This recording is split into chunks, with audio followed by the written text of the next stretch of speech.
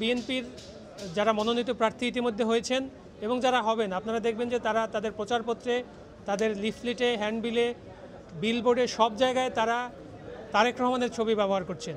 আমরা বলেছি এইটি আপনারা স্ট্রিক্টলি কিভাবে প্রয়োগ করবেন, এটি থেকে বিএনপিকে কিভাবে বিরক্ত রাখবেন, সেটি দ্বারা আপনাদের সক্ষমতা প্রমাণিত হবে এবং আপনারা এটি বাংলাদেশ জাতীয়তাবাদী দল বিএনপির ক্ষেত্রে প্রয়োগ করতে পারবেন কিনা।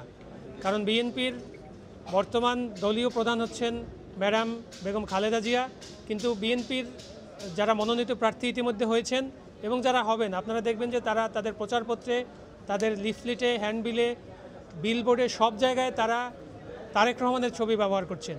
আমরা বলেছি এইটি আপনারা স্ট্রিক্টলি কিভাবে প্রয়োগ করবেন, এটি থেকে বিএনপিকে কিভাবে বিরক্ত রাখবেন, সেটি দ্বারা আপনাদের সক্ষমতা প্রমাণিত হবে এবং আপনারা যদি সেটি পারেন তাহলে এই সক্ষমতাটি তৈরি হবে।